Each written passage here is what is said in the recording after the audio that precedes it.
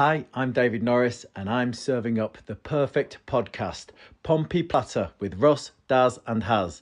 Play up, Pompey. He used to be a waiter, did David Norris. Well, he's served up the perfect cocktail here. It back to goal, Lang. Needs a bit of help. Goodness from Lang. What can he do? Still there, Lang. Lang! You wouldn't believe it! Cross comes into the near post. Headers into the net! Shaughnessy! Surely Pompey are heading for the championship! Portsmouth are promoted as League One champions. Hello and welcome to episode 26 of the Pompey Patter podcast. QPR get done by Murphy Magic. As ever, myself Haz. I am joined by Daz. Good evening, Daz. How are we? Yeah, good, thank you. Very well. And Mr. Negative himself, Russ. How are we?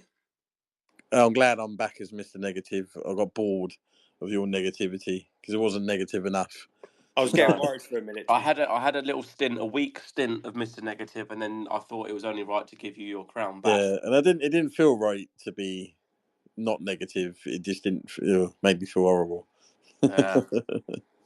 So tonight we have, after Pompey decided that they were going to start playing much better, and we made it 3 wins in a row, 9 points in 2 and a bit weeks, which gives the table a much better reading.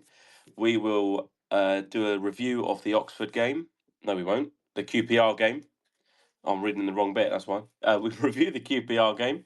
We will preview the Luton Town game, which is another key game that could really benefit us if we get some points. We will then have Haz versus Daz, the best Pompey squad we can name edition. We will do more of the rules and regulations later. We've got Harry's Who Am I and any other business, which I will start with as just an hour ago. We'll go to Russ first. Pompey announced another new contract after Bishop earlier this week.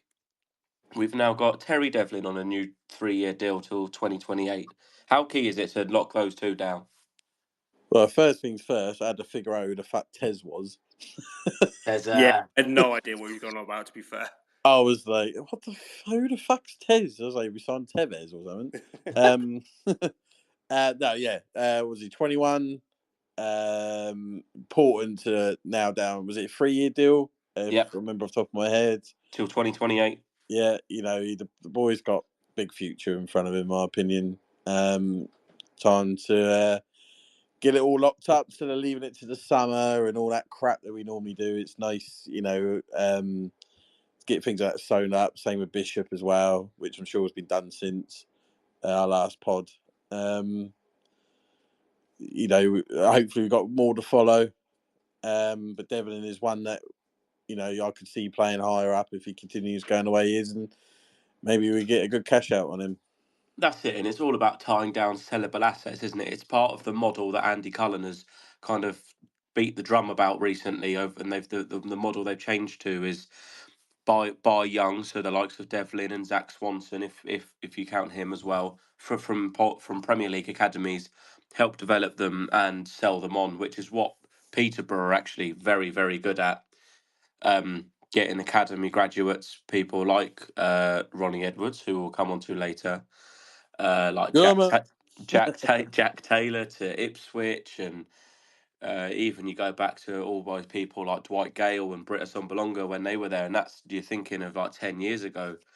They've managed to get kids through their academy. I know they've got a Cat 2 academy now, but they've managed to get kids in their academy and they sell them for a good chunk of money. And they're also kind of doing what Brentford do, or all Brentford were doing. Yeah, it works until you get into the big time, and then you kind of have to come away from that model. Which was find talent, young, because they didn't have much. Well, I don't think they have academy at all. They do now because it's a Premier League requirement. And so, they just went around, brought the best sort of young players around, and then managed to sell them on, and it worked for them. And I've been banging that drum for years. That's the way we should go. Absolutely. We're a little bit. It feels like we're a little bit late to the party on that, but better late than never. But that's a party we can join. Whereas I think the academy is no chance because with Brighton, Chelsea around, we're just a scum. We're just too far behind. Yeah, Daz, how are you feeling about the new contracts and who's next on your list? Yeah, absolutely buzzing. I think this is the first year in God knows how long that we've actually been this proactive of giving like really big assets, new contracts and big contracts as well, and also the club looking to move on players. Obviously, in January, you got rid of quite a few players. I know some were on loan, but I would guess that in the summer they would then be going permanently.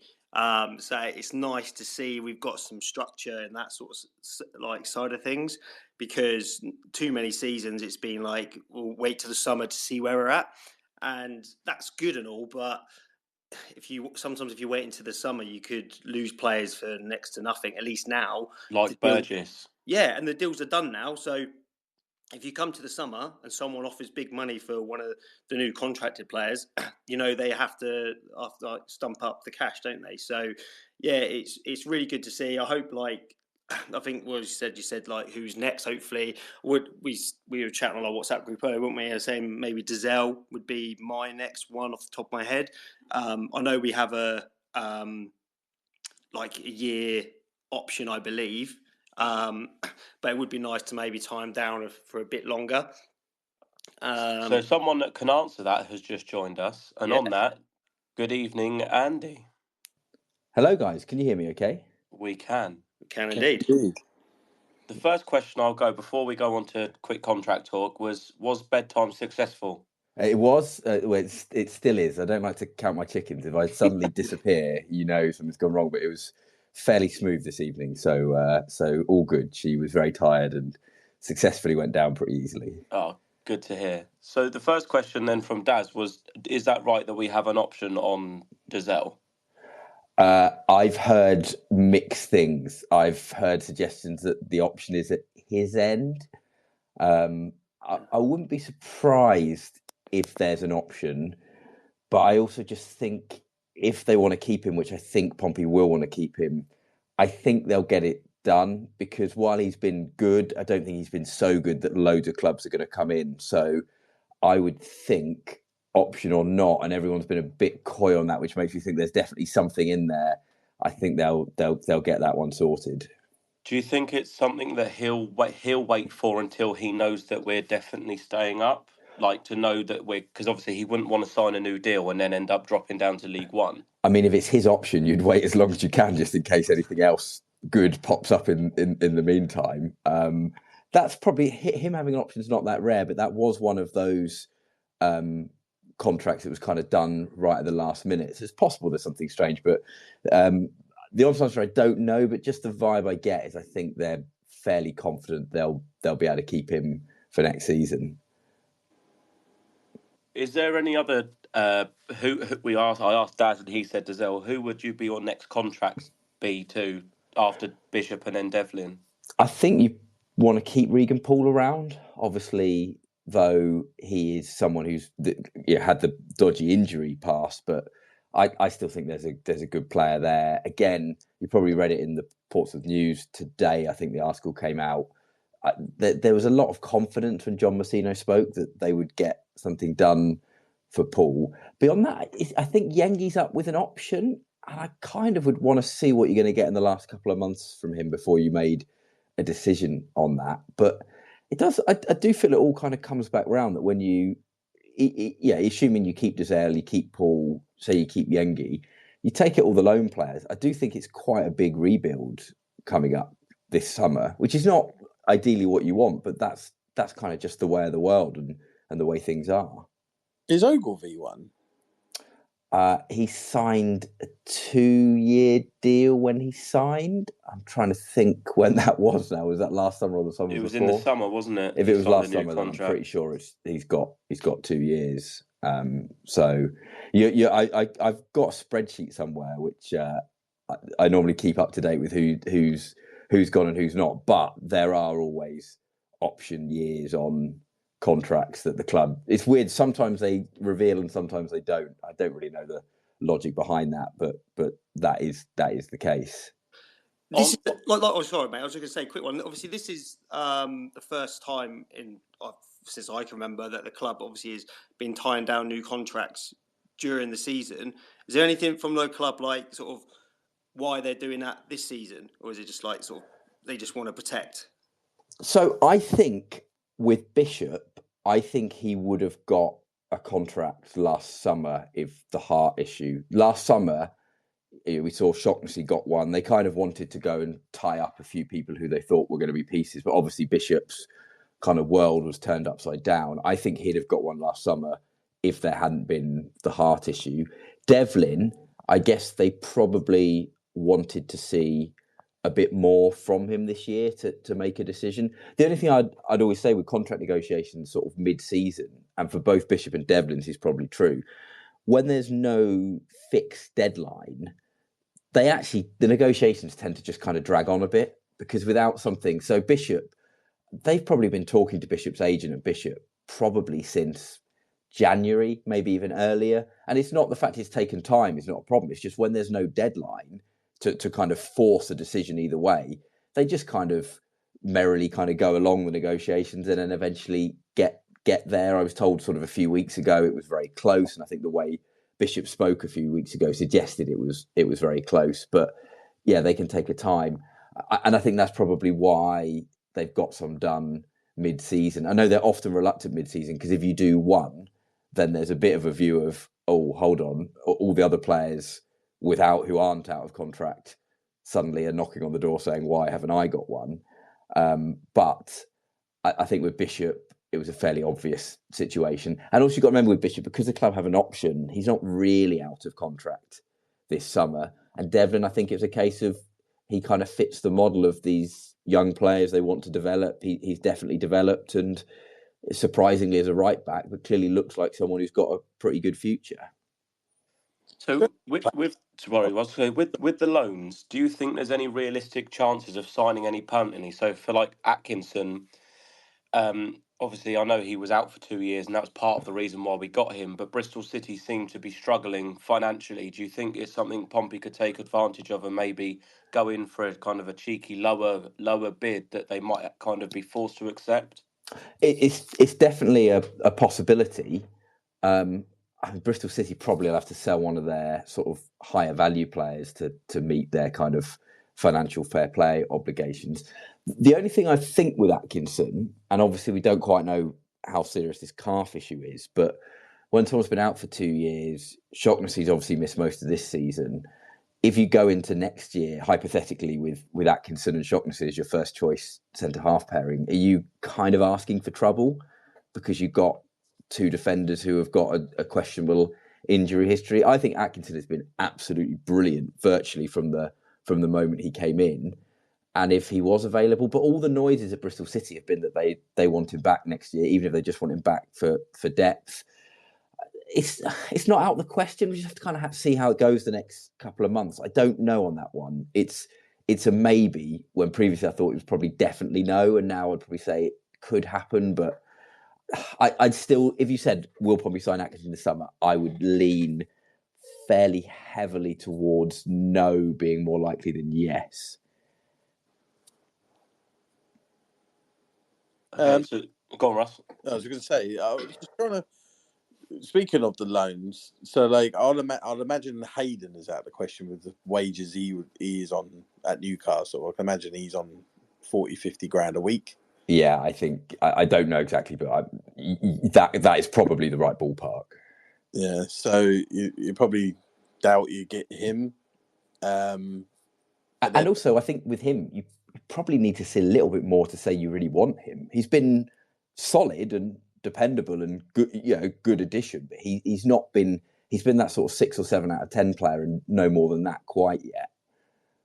I think I figured out with him what it is I like about him and why some people are not sure on him. I think defensively he is solid, like you said, solid. Yeah. His slide tackling is unbelievable. There was one I even watched it back. He made a great tackle on the ref on Saturday, gave a free kick. He clearly won the ball. Yeah. But I think he just doesn't have the impact going forward. Yeah. Yeah, I think that's probably fair assessment. Yeah, and I felt like Giselle got that bit of treatment earlier in the season, where I even against Leeds, I was like, oh, like off the ball, he's there. He just needs to get sharper at that. But lately, he's on the ball. His passing range has just come out, and I'm kind of hoping that happens with Hayden. Yeah, and it may well, because he's obviously a good player. He played for Newcastle the whole season they got promoted, and then until Eddie Howe arrived, played pretty much every game in the Premier League. So there's obviously a good player there.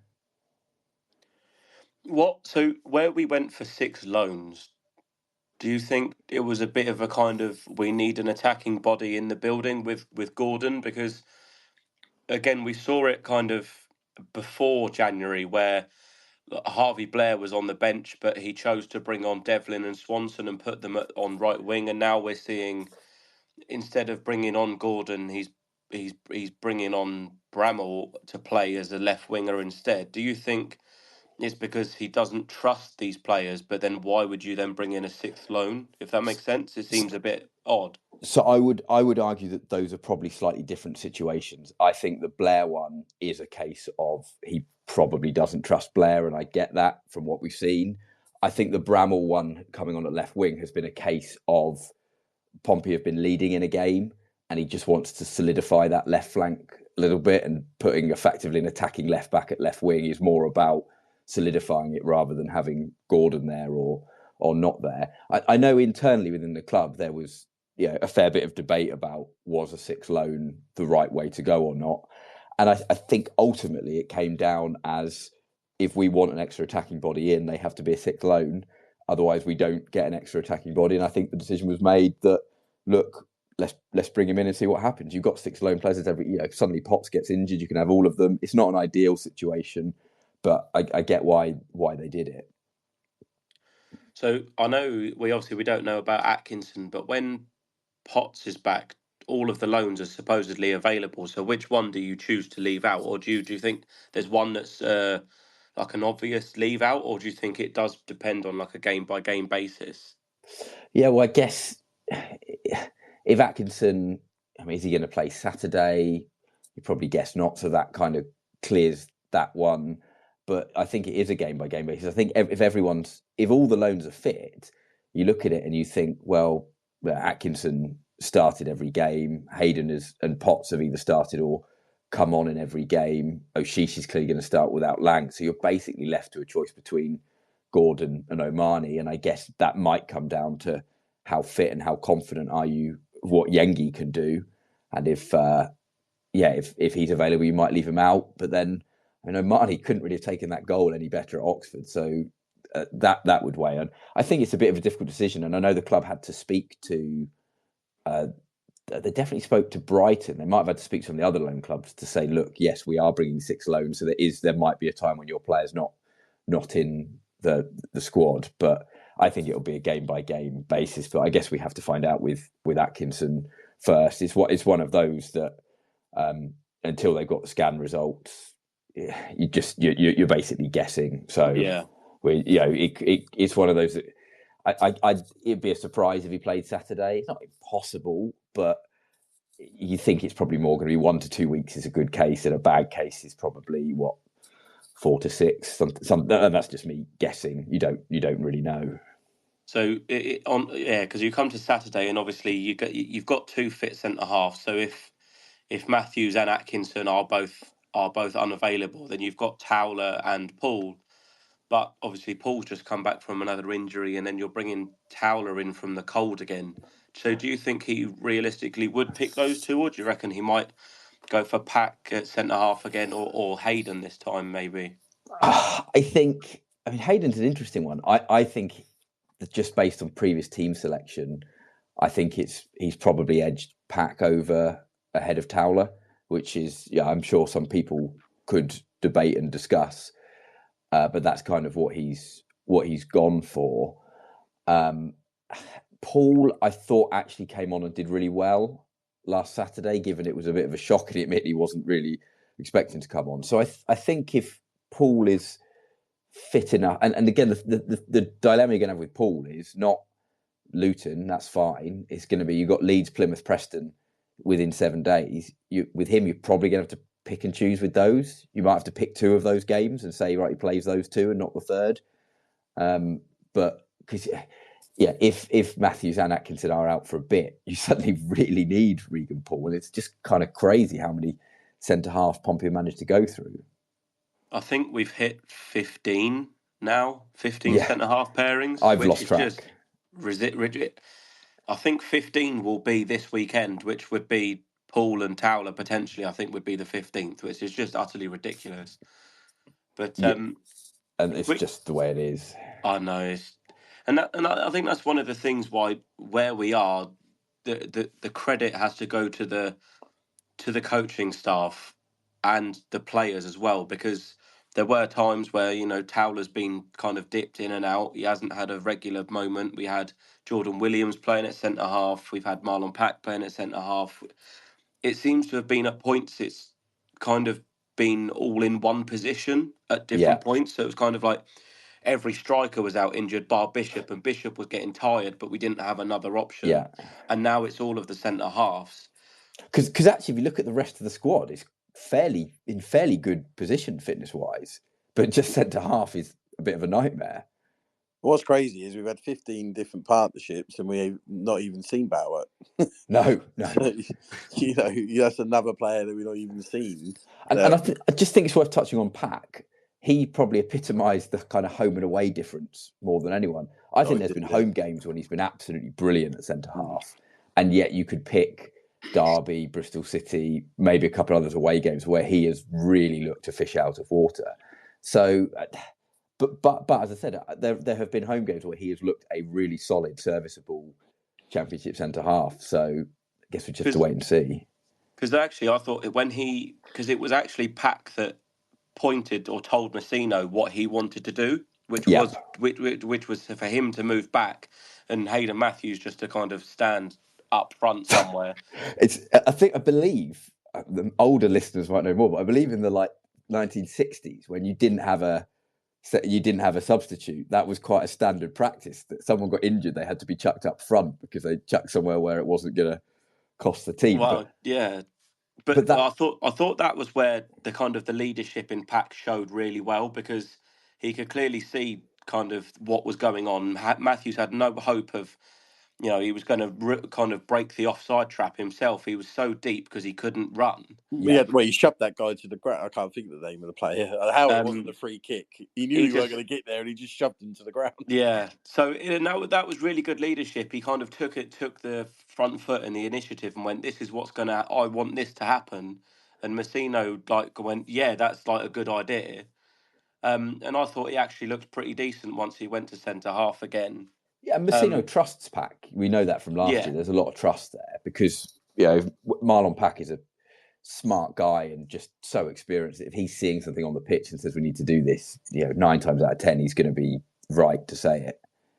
I think the obviously the Luton pitch as well might suit Pack playing at centre back. So I don't know if this how true this is or not, but obviously one of the theories is that obviously Pack struggles on the bigger pitches playing centre back, and obviously with Fratton Park's obviously is a bit of a smaller pitch, and if obviously we've got Luton on Saturday, I'm guessing it can't be bigger than Fratton Park's pitch.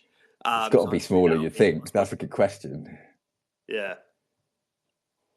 So I think Pack will probably look quite comfortable on Saturday if we had to use him there as centre back.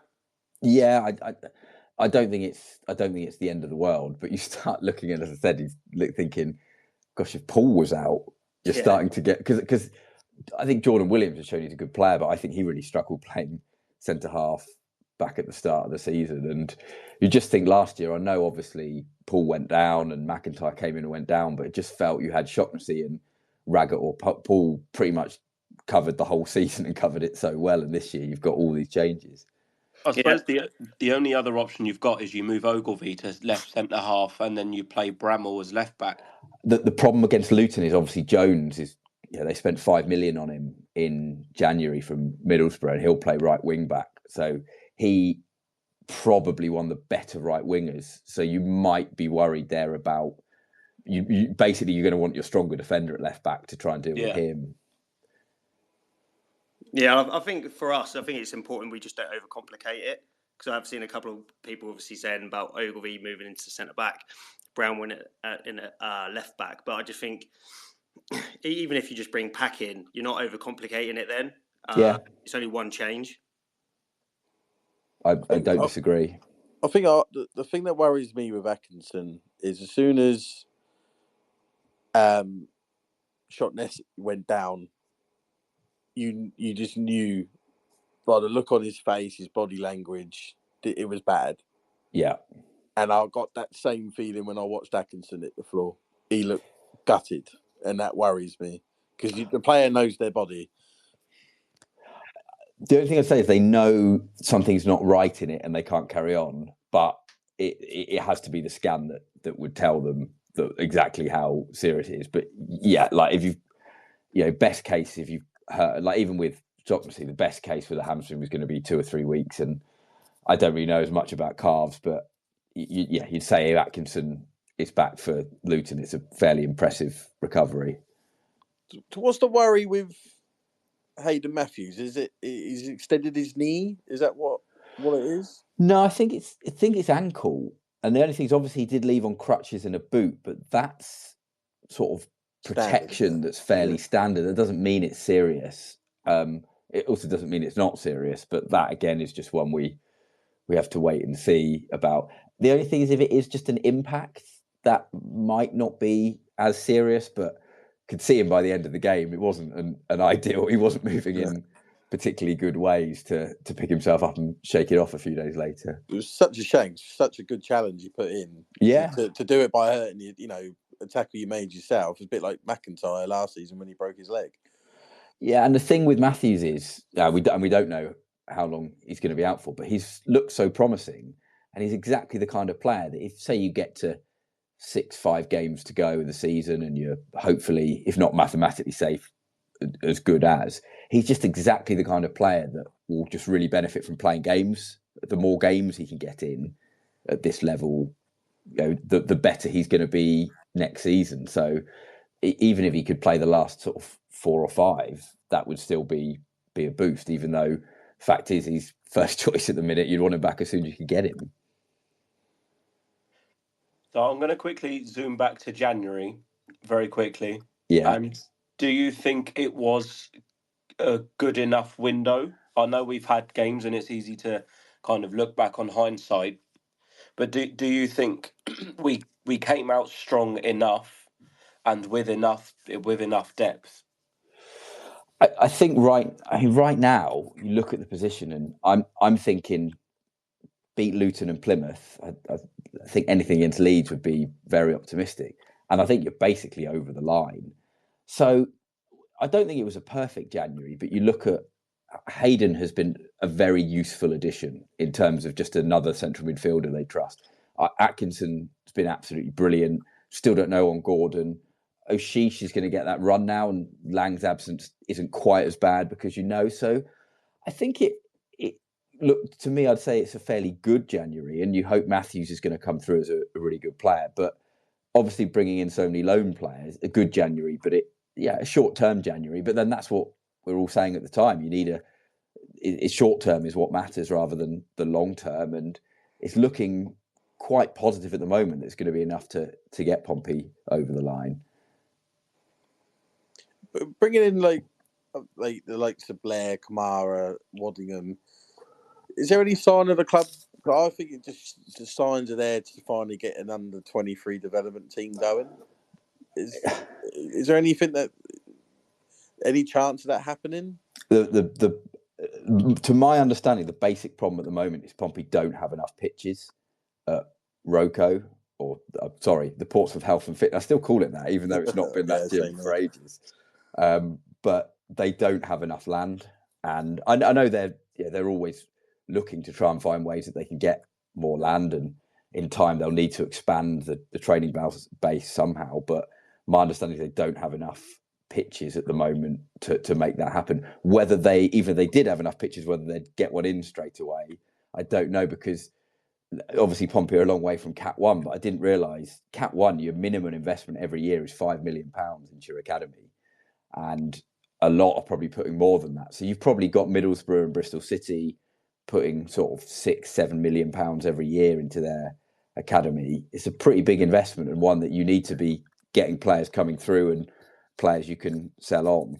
So I don't see an under-23 team coming imminently, but I totally take your concern, because right now, Pompey, a championship club, coming through the youth system, how many players at 18 are good enough to play in the championship? I know there's sort of Rig at Sunderland, who was pretty much 16 when he came in, but those are the exceptions. And I particularly remember at Bournemouth, when they had someone like Jordan Zamora, basically didn't get into the first team till he was 20, 21. So you can imagine at 18, you'd almost have to have let him go. But then 2 years later, he's good enough to play in the championship. That being said, the reality is Pompey haven't. It's quite a long time since Pompey released someone at 18, and then they went on and had a really good career and sort of made Pompey regret letting them go. So in a convoluted way, no, I don't think there's going to be an under-23 side soon. Shame, because you got that talent and they're not getting the games. You kind of half asked the most important question I was going to ask you tonight earlier, but are we staying up? I think now, yes.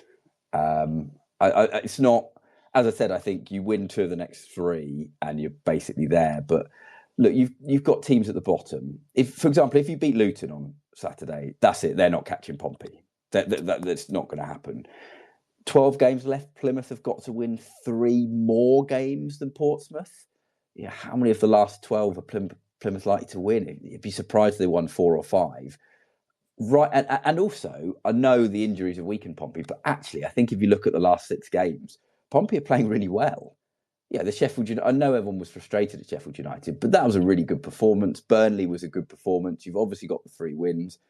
So you've got a team playing well. You've got 9 points between Pompey and the relegation zone. It's not done until it's done, and I think 46, 47 might be enough, but it's looking very, very, very good, which is important for me because I've been invited to a stag do the last weekend of the season that I will only go to if it's not going to be a relegation decider. So I have to wait and see on that one. It would be nice to have it wrapped up before the last game of the season, that's for sure. At the minute, it's looking really good. And in some ways, if you picked up another couple of wins, you're almost looking, right, where can you finish top half? Could you even playoffs? Probably might be getting a little overexcited to talk playoffs. But I don't know. Was it like Palace years ago? Did it Blackpool when they went at our level and then flew up? I mean, if you think Pompey are going to reel off 10 wins from 12, I'm not sure how much attention you've been paying this season. Too much, unfortunately. Yeah.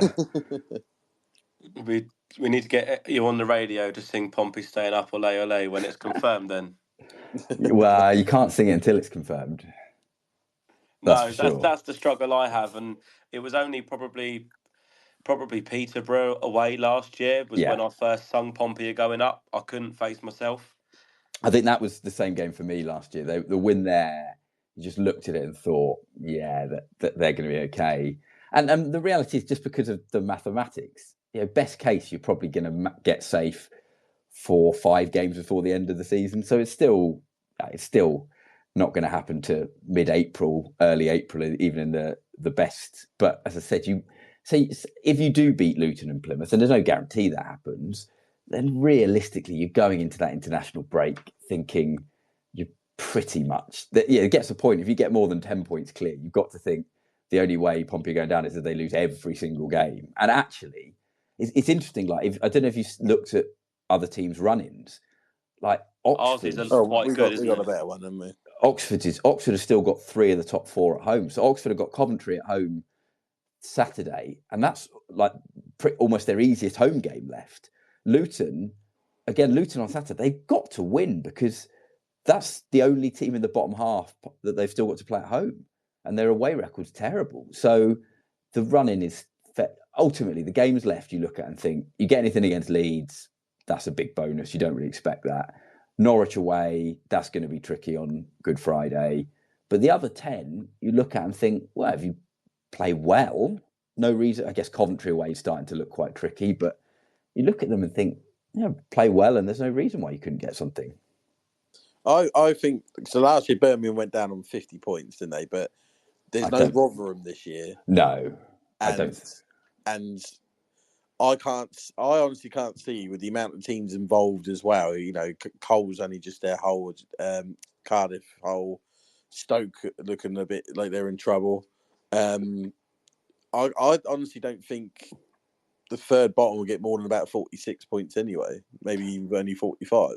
Well, Hull fourth bottom of the minute on 30.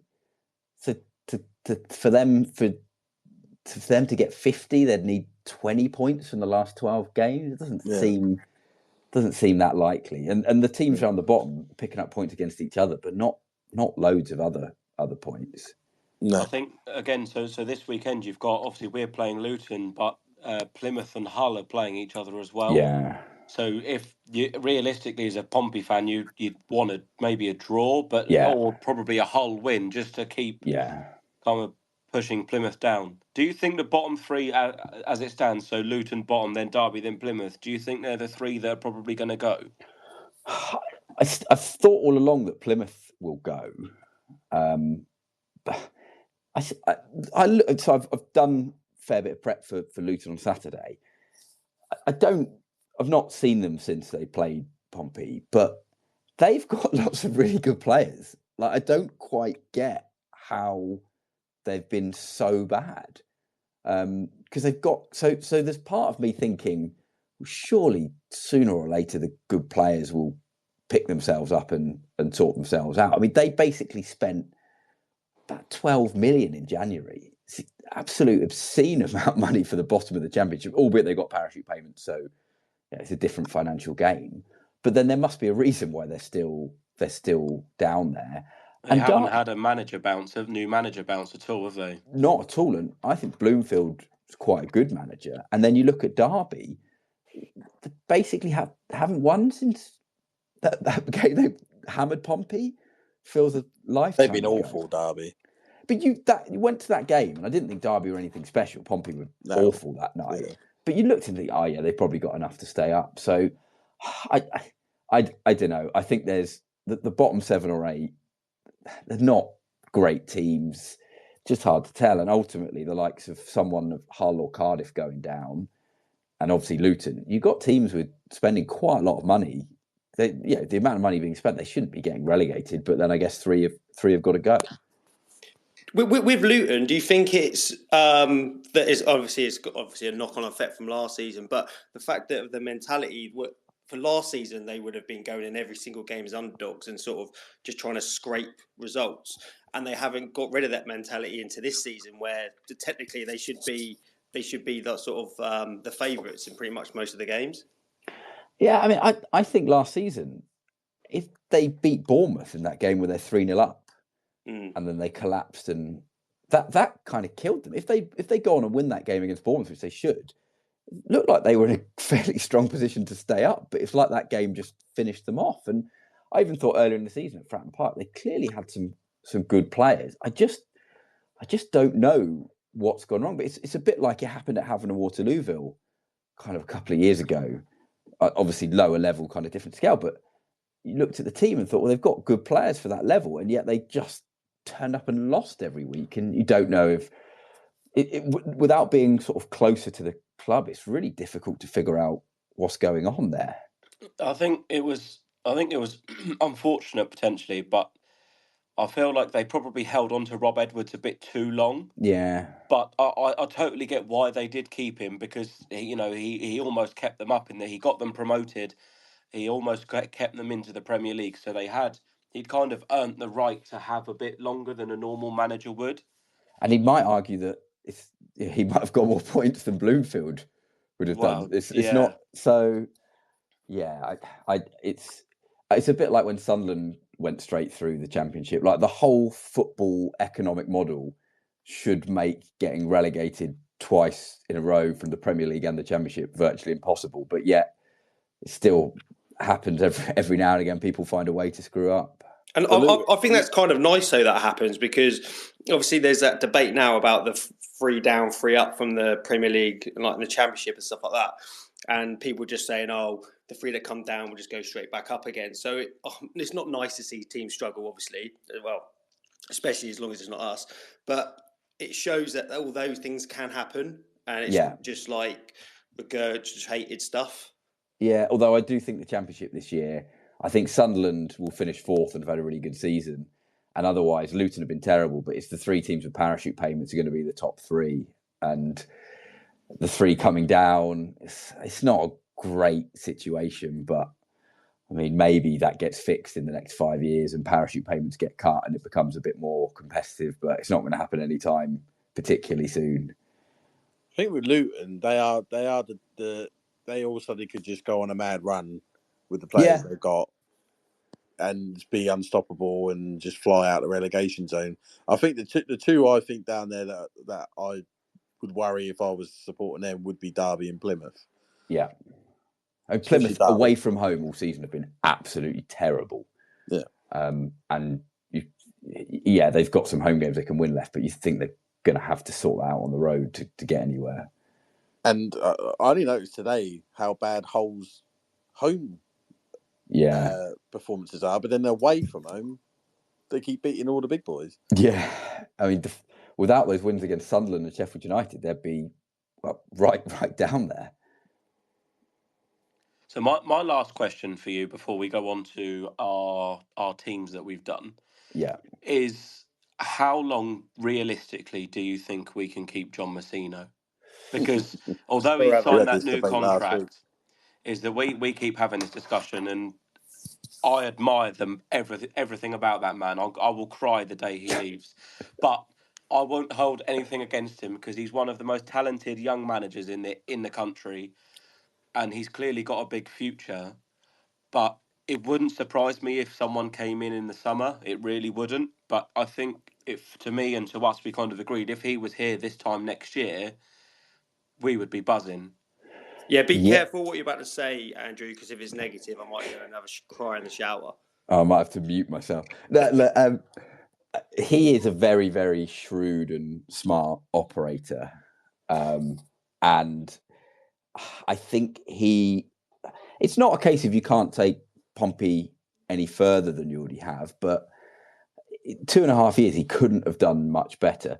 I ultimately think what it comes down to is situations out of Pompey's control, because he's a smart guy. You know, he's not going to go and work for Blackburn when that job came up, even if they'd wanted him, because he knows that the ownership situation's a mess there. And I think he's smart enough that it's to know that you're not going to take any job that comes up. But look at someone like Middlesbrough, and if Michael Carrick went in the summer and they kept their budget where it is, and they generally like, promising young managers, if someone like that suddenly came in for him, you could see why, from a footballing point of view, there would be some interest. So I ultimately think because Pompey can, given him a new contract, they could even up the budget a bit in the summer, but they're still not going to get to the levels of, the top 10 in the Championship realistically. So I think whether he stays or not, and this isn't any inside information, this is just kind of me reading the situation from what I've seen and obviously spoken to him quite a lot. I think it depends what opportunities were to come up. Like, gone are the days where a Premier League club would come and take a young English manager. I think your only way of getting there is to take a team from there. But I think if a club with a lot of money and good owners came in for him in the summer, I don't know, but you wouldn't be stunned if he was to head off, and it would be a massive blow if and when the time comes that he goes. He's already done 2 and a bit years. It's quite a good stint. As I said we said in our podcast a while ago, he has turned down interest in the past. Are you able to name? No, I'm being as cryptic on that one as I was a few weeks ago. What date was it roughly around? No, if I give you jigsaw identification, what about is this last season or this season? I think it's factors that we can't predict. I think it depends to what jobs come up. I don't think he's going to walk away, and I don't think he's going to just go to the first job where someone's interested in him. He's obviously not going to do that. But I think it all comes down to what opportunities present themselves in the summer. So it's kind of a horrible answer, but I'm saying I don't know, and it's probably based on factors out of Pompey's control. I always say to the boys, I honestly think he won't be here in a year's time. That's just my gut feeling. I just think there are clubs that are going to snap him up. You've got to think people are realising how good he is.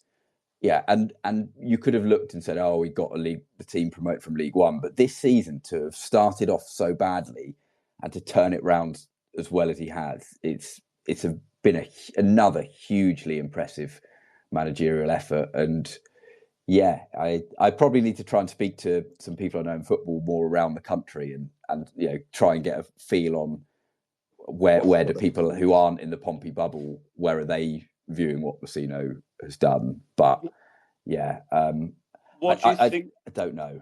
What do you think's a better achievement for Mourinho, winning League One in his first full season or keeping us in the Championship in this? I think to some degree, just staying up never feels as big an achievement as promotion. But as I don't know if you have or haven't read, I urge you to check out my column on the BBC Sport website this week. So I went back over the numbers and remember that when Pompey lost at Plymouth at the start of November, they were bottom of the table. They were 6 points adrift of safety. And let's be honest, they did not look like a championship team, and they didn't look like they had enough championship players. So for me, to have a team at the minute way clear of relegation, given how badly things were going in the autumn, I almost feel this is probably a bigger achievement, because last year Pompey had a good team. They just rolled. They had good players, experienced players. This year, they were... when Pompey lost to Sheffield Wednesday at home at the end of October, who really left that game thinking, oh, this team will stay out comfortably? I certainly didn't think that way. I can remember going, if we're bottom of the league with 3 points come January transfer window opening, I'd be happy. And I think we were out of the relegation zone by the time January opened. Exactly. So I think the turnaround this season, it's been an absolutely incredible job. And I probably shouldn't be talking about this because we might be alerting other people to what an impressive job it is. But I think there's an argument that given where Pompey were at the start of November, to be where they are now is a more impressive job. Certainly given, Pompey don't have a big championship budget. You know what you're up against. You know how tough the league is. It's been very impressive. Lads, do you have any other questions for Andy before we move on to do our teams that we've done for Haz versus Daz? No, I'm all right. I think Andrew's pretty much covered everything. Russ? No. I'm ready to move on. All right. Andy, did you manage to do a team? I haven't done a team. I've had a quick look, but I'll judge yours instead. Ooh, okay. I'm actually judge, yes. So this week on Haz vs Daz, last week we did the worst 11 from the 2012-13 season, because that's basically where all our bad players were. This week we decided to go for the best, but Harry's a baby, so we decided to go from the 06-07 season, which is when Harry first started going. So if you wonder why there's no Alan Knight, no Prozineskis, no Mersons, that's why. And also, just so we didn't just pick the 11 that started the FA Cup final, we got it down to what you can only pick one player per season. I think I covered all the rules. Is that right? Yeah, I think that was it. That sounds it. Okay. So what we do is Harry, Haz and Daz will say a player name per position. We've gone 4-4-2. If they match what I've got, they get a point. And then Andrew Moon, if it comes to the end, so what the tiebreaker would be the judge, if it's a tiebreaker like it was last week. Big pressure. That's it.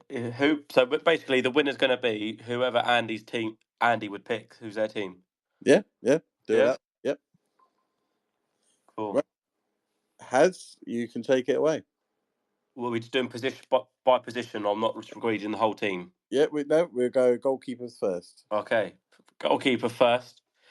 Nico Schmid, straight in there, 24-25 season. I know people are going to be like, oh, what about David James? I get that, but there was a more important player or players that when he was here that I've put in. And Nico Schmid is the best keeper we've had since David James. So he's straight in. He's unbelievable. I see your logic because I almost did it myself. Daz? Yeah, I haven't got David James either. Again, it's one of those things that those seasons David James was here, I've kind of wanted to get outfield players on there because we said, didn't we, that I said that keeper was the struggle for me.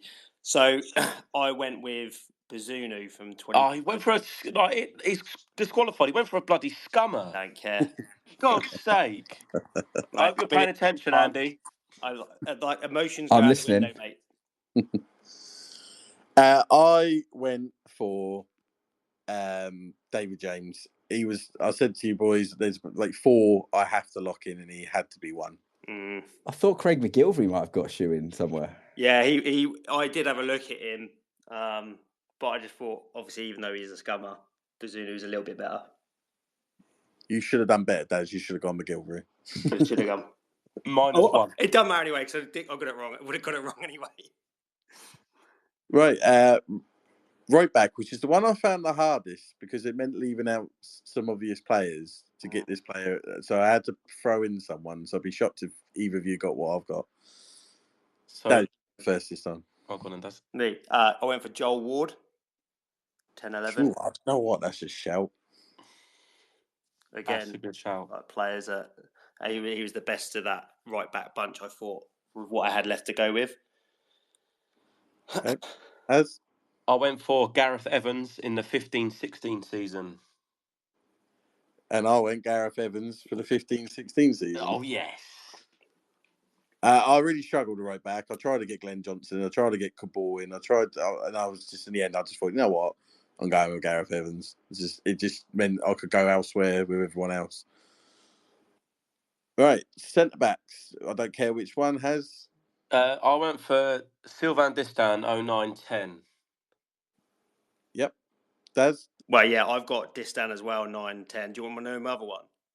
I went Distin, but I just went for a different year. I went 07-08. Oh, okay. But we all got Distin. Yep, go with your other one, Daz. And Campbell 06-07. Okay. I couldn't have Campbell because he tried to sue Pompey and also the Spurs Arsenal links, not having that. I went for Christian Burgess 19-20. Got to have Burge in there. What a player. I went Rico Rocha 11-12. Just for kicking a ball at Scummers. This is a best player, not emotions. I love Rico Rocha. Don't go starting. He went all emotional last week with Ellis Harrison. That's what I mean. This is players. This is quality, not emotion. But he was quality. I think he was player of the season that season as well. If I remember correctly. All right, left back. I can't remember who went first. Haz? I went for Herman Hreiderson 10-11 season. I felt like I needed to get him in. He was really good and he was always passionate. He proper got involved in being a kind of an abroad Pompey, kind of unadopted Pompey guy, and he just got it. So he had to get in there. I almost did that, but then I thought, but he wasn't that good in the 10-11 season. So are we like? I was thinking of it. Am I literally taking Herman from that season? But I've literally put him in there because I wanted him in there. But he was the 10-11 season might not be the season that he was best at, but it's the only season I could fit him in. Fair enough. Daz? I went with Edna Stevens from 15-16. Fair shout. I went with Balhaj 09-10. Daz, right mid. I went with Jed Wallace 12-13. Haz? I went for Jed Wallace as well, but 14-15. I went Jamal Lowe 19-20. Ooh. Centre mids, Haz. Papa Bupa Diop 07-08. Okay. Daz? I did Sully Montari 07-08. All right. I got Diarra 08-09. Yeah, Diarra's my other one. 08-09. Haz? My other one is Pedro Mendes 08-09. You know, the fact you haven't got Diarra now, I feel like just taking all your points away from every single week. You literally left out probably our best player of all time. I know, but I had to get the wardrobe in there, and I do love Pedro Mendes. So Kind of a bit shocked neither of you thought what I would go for. I didn't care what you went for. I wanted to pick my best 11. So, who were your two centre mids, Russ? Diarra, and I went Alex Robertson last season. Oh, for God's sake! I've got Montari in centre mid here. Who, for me, is the best player we've had since the Premier League at that point, anyway. Oh, Alex Robertson lover. Oh. Right, left wing, Daz. I went with my boy Josh Murphy, 24-25. Haz? Matty Taylor, 06-07. But again, that's just to fit him in. I went Josh Murphy, 24. Yeah, boy. Ah, bloody hell. Josh Murphy, boy. Strikers. Haz? Brett Pittman, 17-18. Daz? Bishop, 22-23. What's your other one, Daz? Canu, 11-12. Oh, he was terrible then, wasn't he? I wanted to get Canu in, and that was any time I could get him in. Haz, your other striker? Colby Bishop, but 23-24 season. So last season. So I went Pittman 17-18, Bishop 22-23. Why have you gone 22-23 out of interest? Bearing in mind he scored more goals last year. So I could get Robertson in. and he quite kind of. And he still scored 20 goals that season. Jokers. So, all near enough. Jokers. Mr. Didn't even Sama Diarra. Last season he had Kamara, Lane, and all that lot with the Bishop's 22-23. It's pretty much just him, wasn't it? Yeah, pretty much.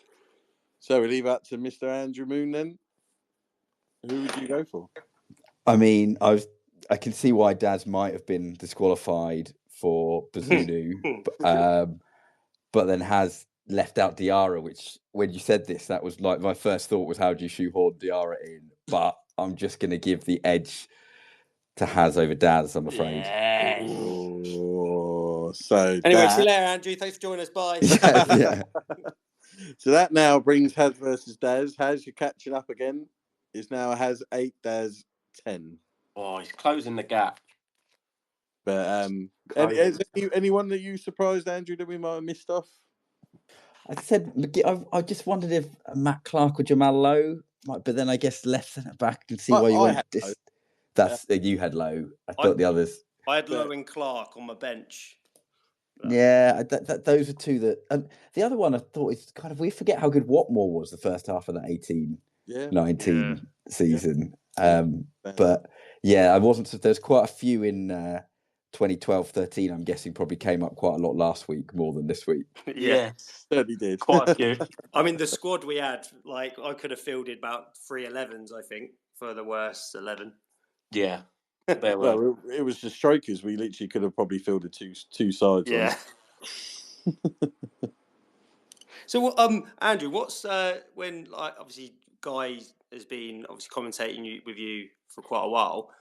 When he looks at a striker, is he more sort of has more of an opinion on a striker than just every position on the pitch? Yeah, I think naturally he always watches the strikers a bit more, and he kind of he knows a lot about the area of the pitch. But yeah, he's been watching and involved in football for so long. He's pretty good, knowledgeable even about defences. Just don't ask me about goalkeepers is normally the best thing. Yeah, that's because as a striker you would hate goalkeepers. He'd be like, just let me score. I think he's just got a sort of distrust of goalkeepers. It's just never. They're never quite going to be okay for him.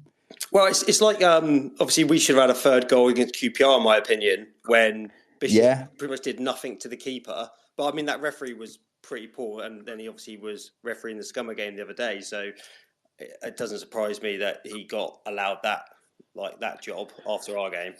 Yeah, I'm with you. At the time, you think, he must have fouled him, but then when I've watched it back, I don't know how the goal's not stood, but normally you touch a keeper in a 6-yard box, and that's that. What made me laugh is Bishop got shoved from the centre back just before he then apparently shoved the goalkeeper. So it was, yes, I mean, what's the difference? Completely. But that was like that so many times lately. Especially we had the recent where Dazelle got booked within the first 50 seconds. The other game, I think it was against Cardiff. But then on Saturday, they went in straight away with a worse tackle and didn't even bring out a yellow card. It's one of our big bugbears how it should be yellow card, should be a yellow card all the game. There shouldn't be a team life where the first person to nail someone doesn't get booked because it's too early in the game. I don't understand that at all. The Sheffield United game was the worst example of so many bad fouls early on that people didn't get booked for. It was both teams. I just didn't quite understand it. Yeah, because I remember seeing an interview with what's the head of the referees and that, and he said that a lot of time they will referee like based on the atmosphere and how they feel the game would go. They want to manage the game rather than anything. It's like, but then you're leaving things open for interpretation and that sort of stuff. That's what gets fans up. Yeah, I'm with you on that one. I think to some degree, a yellow card's a yellow card, and it should be fairly clear. Are you looking forward to watching a Sam Allison masterclass at Luton? Yeah. Obviously, was it the Crawley game of the EFL Trophy where both managers were slating the referee? You don't get that very often. Yeah, that wasn't a fun journey, that. No. Yeah, let's wait and see. To be honest, I'm usually one of those people where pretty much any referee could walk past me in the street and I wouldn't have a clue who it was or what they looked like or the fact they were a referee. I guess Allison sticks out because he's had a few stinkers against Pompey. But hey, maybe he'll make Jeff Harris's best friend. Maybe he'll make some bad decisions in Pompey's favour and then it's all okay. About time, I think. Yes. Right. So are we going to predict the game Saturday? We are. We'll get on to that. We're doing it in a different order today, Russ. Oh, you're confusing me. Yeah, I know. Right, we're going to do, Andy, I know we're going to do this quickly. We're going to do Harry's Who Am I, which is basically, I give you 3 clues and you've got to guess which ex-Pompey player it is. Okay. Okay, so there's a little intro I will play that I composed. Here we go.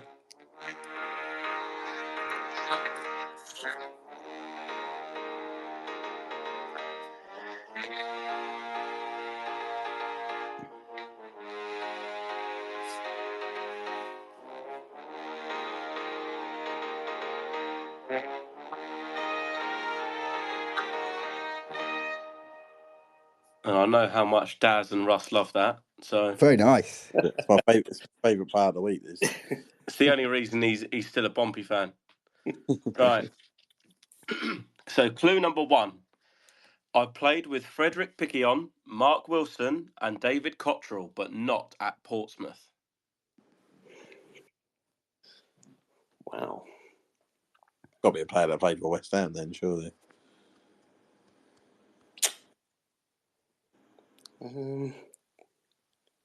Did David Cottrell play for West Ham though?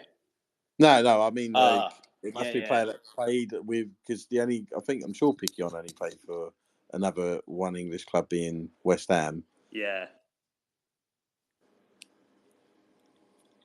So I'm wondering if it's just someone that happens to be in that. So did you say they didn't play with Pompey? So it wasn't when Cottrell was at Pompey. No. Right. What other clubs did Cottrell play for? Doncaster, was it? I can't remember what clubs he played for. And who was the other player? Mark Wilson. I've got a player. Oh, no, he wouldn't have played for them then. No. Mark Wilson played for Bournemouth, Stoke. Yeah. But then he'd been out on loan with us to wasn't it Yeovil he went to or something like that? Did he go to Bolton as well, Mark Wilson? Not sure. Did you say you have a player in mind? Yeah, I thought I was thinking like someone like Glenn Johnson for a sec, but then obviously he wouldn't have been at West Ham at the same time, Picquion and stuff like that. And then Cottrell, I couldn't think either. Might have to throw a guess out there innit, and just get this moved on. Yeah, just get it moved on. I think I've got. Can I? Are you out if you get a guess wrong? No. You get one guess per clue. So Picquion also played for Doncaster. On loan, yes, he did. And that would have been the same. same. Carl Bennett played for Doncaster. Oh, this could be a shout. Is that your guess? Your first guess? That's my guess. You're not going to like what's coming. Oh. Not that. I thought he had it. But you're right. He did go on loan to Doncaster, though, didn't he? And that would have been good if you came in and got that on your first go. Yeah, that was worth a go. But he the Cottrell was at Doncaster as well, wasn't he? Yeah, it would have. I think it would have been at some point. So would it be didn't Edna Stevens go to Doncaster at one point as well? Yeah, he would have been at Stoke with. But didn't he go to Doncaster on loan before we come to us? I can't remember. Don't remember. I'm going to say Edna Stevens. Is that your guess? Yeah. Oh, dear Lord. I have to throw a guess out there, innit?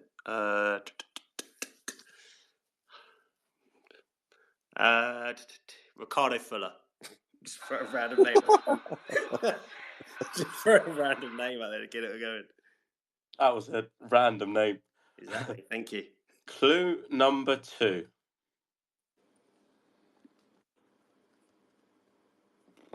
I went on loan twice in my career, and those clubs were to Walsall and Cardiff. On loan to Walsall and Cardiff.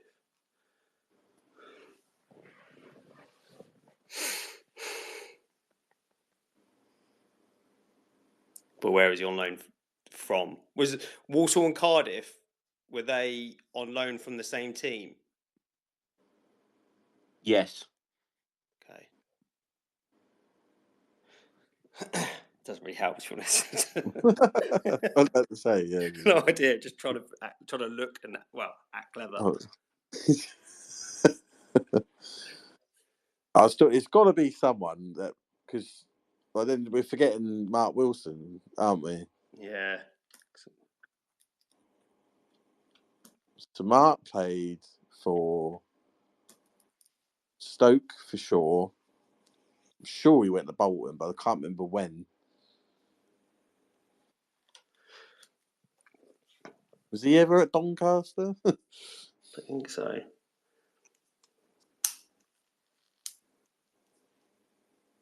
And he was at Bournemouth, wasn't he? Or on loan at Bournemouth or something like that. And he also was at Sunderland when they got relegated on that documentary.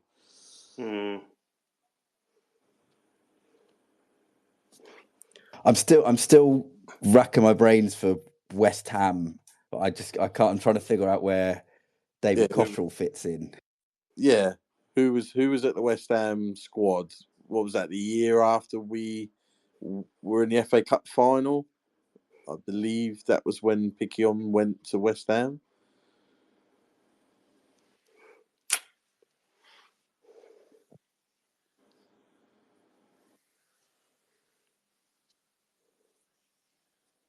Trying to think of maybe someone like Gary O'Neill or something like that. Yeah, I was just about to say, were Matt Taylor and Gary O'Neill both at West Ham? I think you're right. I think you've got this, guys. So it's either going to be Matty Taylor or Gary O'Neill. So might as well have a go each. Daz, you go first. I'll go Gary O'Neill because that's what I said earlier.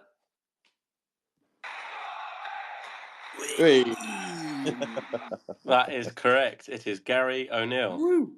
What was the last clue? Just so I don't know if we would have got it. The last clue was I was sent off in a playoff final after 60 minutes at Wembley for a professional foul, but my team still won the promotion to the Premier League. The QPR, wasn't it? You would have got there. Yeah. Yeah, that was the QPR. Ah, good one. Nice one. Well done, lads. There we go. With a little assist from Andrew as well. Yeah. Well, he gave me the confidence to say it and go for it. Although I was convinced it was a Doncaster player for ages. I thought Carl Bennett was a great left field shout. It was. But I thought you had it. I thought you had it in the bag. Right. So what we'll do before we let you go, Andy, I know we've had you for nearly an hour, so thank you so much for your time. That's all right. We will just go through predictions for Saturday against Luton. Okay. So would you like to go for your prediction, if you don't mind, and any goal scorers, if you have any? I'm going to boringly go 1-1, and I think Murphy will keep his scoring run going. A man after my heart, Andrew. I used to love a Murphy shout every week, pretty much tonight. At the beginning, it was about 7 weeks in a row he went Murphy didn't score, and then the first week he went someone else. He then scored. Yeah. But I did say if I don't go for him that week and he scores, I'll be just as happy. Right, go on then, Daz. I think we're going to try and go up there, like sort of maybe frustrate them rather than like be open. Because I think if we can keep it nice and tight for a good like 15, 20 minutes, I think you'll see Luton fans getting on their back. I've seen some fan reaction over the last couple of games and they're not happy at all, and especially after losing to Watford. I think it's going to be a little tight game, but I think we're going to edge it 1-0, and I think Colby Bishop's going to get the winner. Nice. Russ? Before the injuries, I'd have been probably going 2-0 or something like that, but I worry what our back line's going to look like. Paul plays, how fit is he? Does Pat play? Does Towler play? Is Atkinson fit? We don't know. So I'm gonna be boring like Andrew and say 1-1.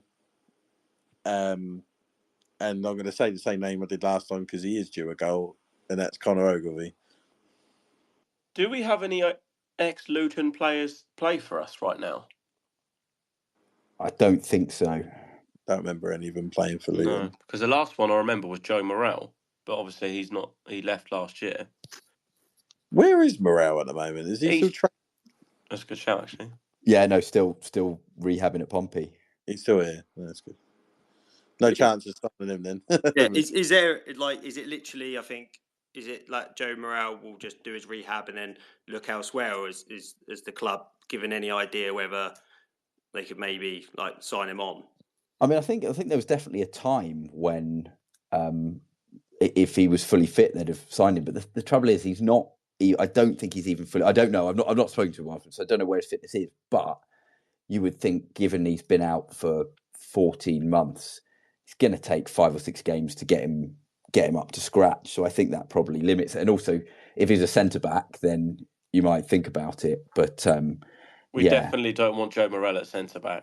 No, that would be. Things have really taken a difficult turn if that happened. You never know. He might do a Conor Shocknessy and score a header in the last minute to keep us up.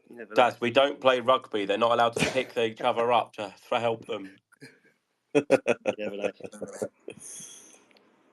Right. I'm going to be more positive than you guys. I'm going to go for a 2-0 win, and I'll go Matt Ritchie to smash in a corner flag because he didn't do it the other day when he scored, so he needs to do it double time.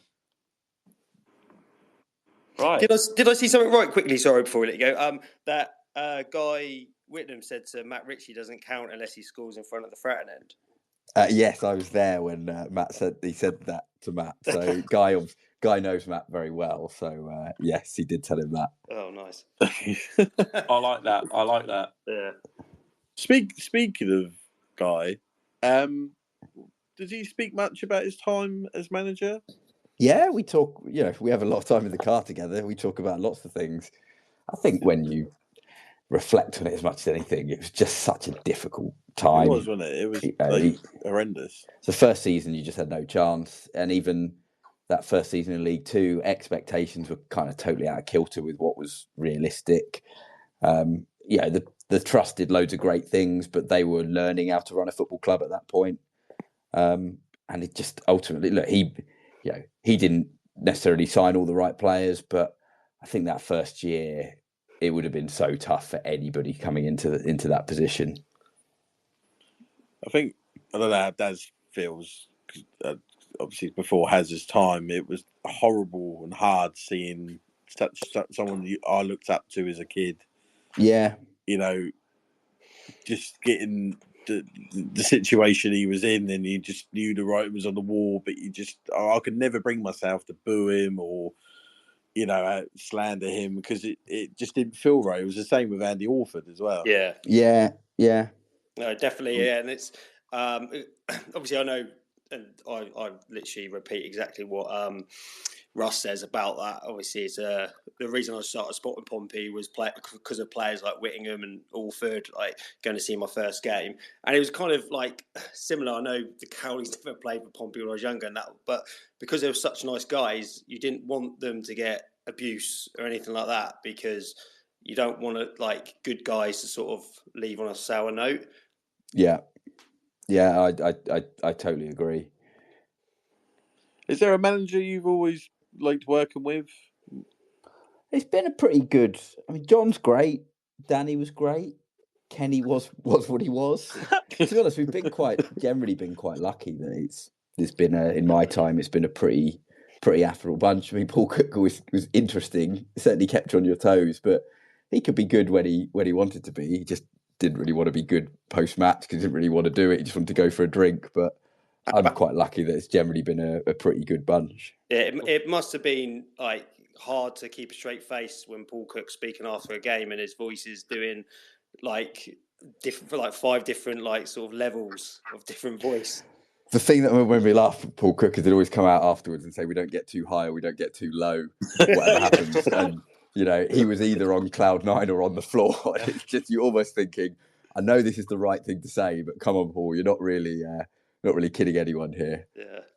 The one thing I have noticed under Mousinho, we kind of touched on it last week, is I feel like this is the best collective bunch we've had for the last 2 seasons, where you got players who are not playing, not getting a look in. Like Sadie barely played the last few months.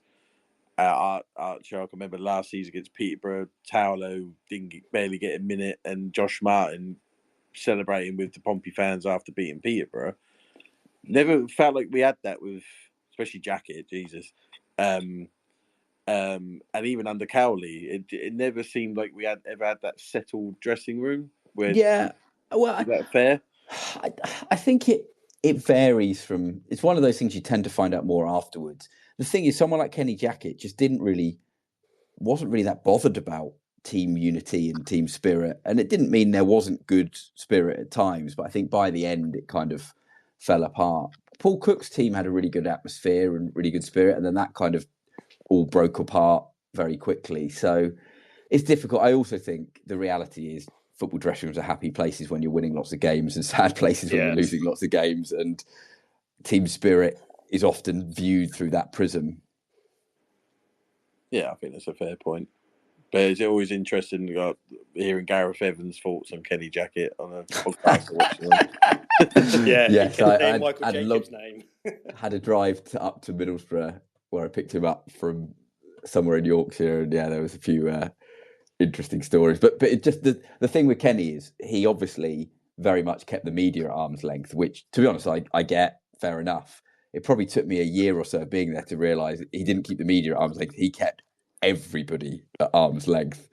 It's just a strange way to operate. Even the fans, he kept us at arm's length.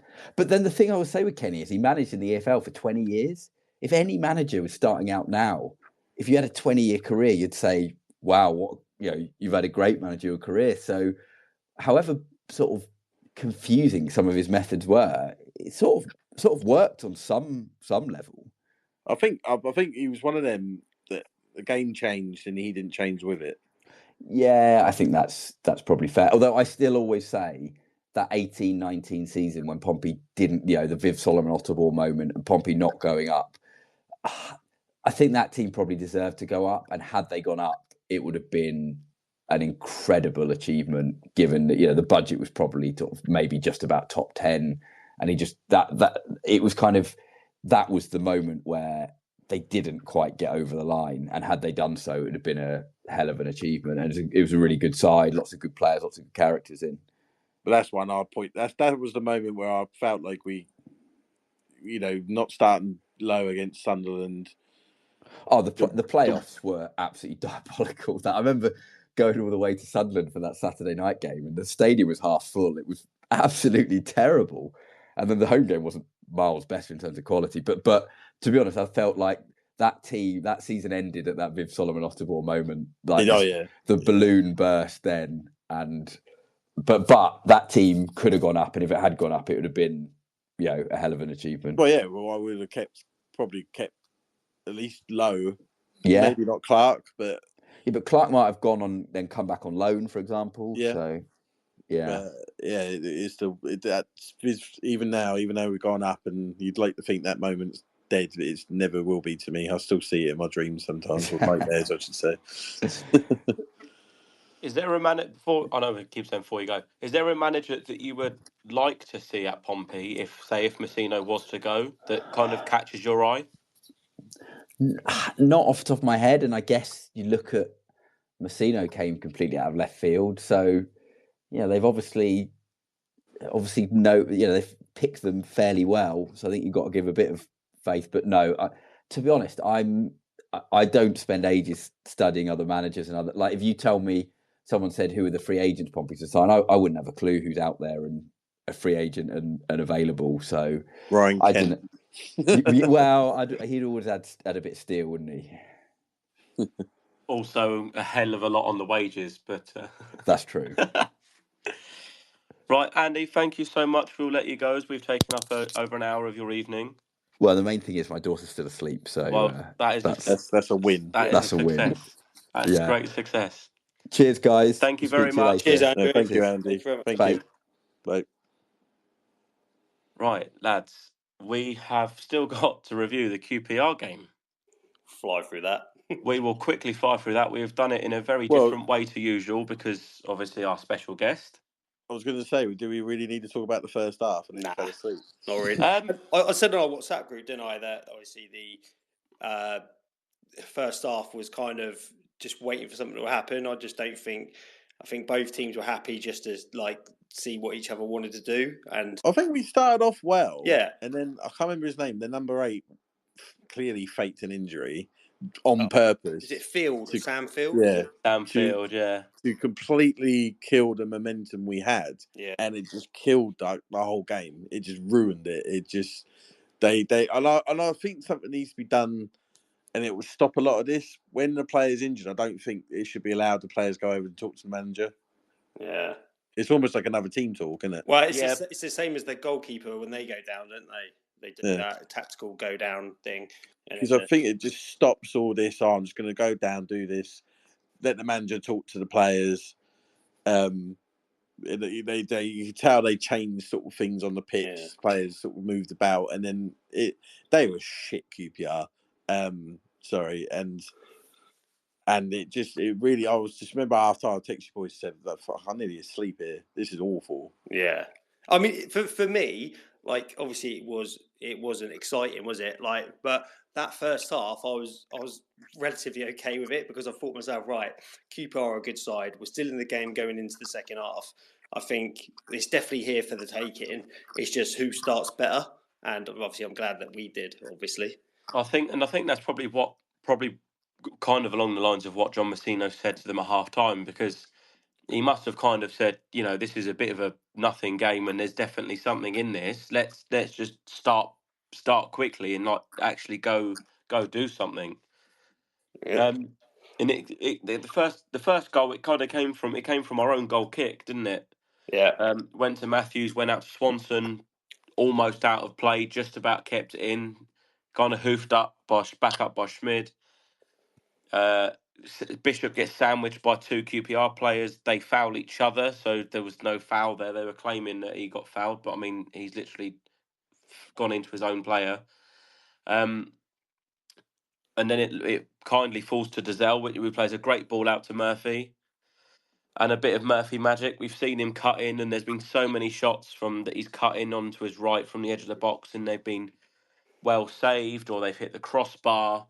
And it felt like there was going to need to be one that went in eventually, and that very kindly happened. He sat down Jimmy Dunne on his arse on the floor and curled it into the far corner. And I did find it funny because if you watch the highlights back, you can see Matt Ritchie celebrating before the ball's even in. Yeah. Because he knows from his angle, he's like, that's in, I'm having that. Well, I wish I had a camera on me because I actually, my dad's listening, turned to Dad before he even hit it and went, "What a goal!" Because I just, sometimes in moments in sport, you almost feel like it's going to happen before it happens. Yeah. Well, go on, sorry, mate. And I was just saying, and I just, even before he hit it, I turned to my dad and went, "What a goal!" And then he hit it and it flew in. It felt like it was it was just gonna happen in that moment. Yeah, well, because it obviously from where I was at the back of the Fratton end looked fucking like beautiful goal, and then when I watched it back on just with the normal, the camera from the top of the south stand, I saw it. I thought because the keeper doesn't even dive, does he? Just sort of goes a little bit and then but doesn't go properly. And I thought to myself, is the keeper at a mare there? But then I've seen different angles from it. The angle from behind the goal where you see how far the ball comes out and then swerves back in, and then also is how quickly Murphy hits it because he puts that Dunne on his arse really quickly. But then as soon as he does that, he hits it it's like he doesn't even know there's no backlift on his foot or anything like that. He gets a bit of space and then he hits it. And I think that's another thing that's caught the keeper out. But yeah, it's I think I saw who's the Oxford fan lad we had on, and he did some analysis. Sorry, Jack Wall. That's it. And he did some analysis, and he said that's a typical sort of Murphy goal from Oxford last season, maybe the season before. He'll be doing that with that meme of the smiley face in front and then the crying one behind. Yeah, that's what he'd have been doing that video because they must be gutted that he's not there. Yeah, this is fine. Well, you had a lot of Oxford fans, didn't you, at the start of the season saying, "Oh, I bet he regrets going to Pompey now. I bet he regrets." On his 20, 30k a week he's on apparently. Yeah, Jesus. But they also were saying when we signed him, oh yeah, he was only good for a few months. He's shit, really. He's hit his prime. That's what he's done. Unbelievable. He's just got a better coach behind him. Yeah, well, yeah. Better players, better fans, 4 stands. So that's probably why. I live in a dreamland where I want us to sign Jacob Murphy on the right wing, and then we'll have both Murphys. Oh, that'd be cool. At the same time. And also, you could switch them. You could switch them, and they would know. So yeah, they could switch. If one of them's booked, you could get them to switch shirts. Yeah. No idea. I was about to say I wouldn't be shocked if that one time they go, you know what? Do you fancy having a go at Pompey and have a go at Newcastle? Because you couldn't tell them apart. I don't think anyone would even know. No. Well, Josh is better. Josh is better. So. He is. Second goal. Again, I don't know how many times. I feel like I say this pretty much every podcast, certainly every home game. Our high press, again.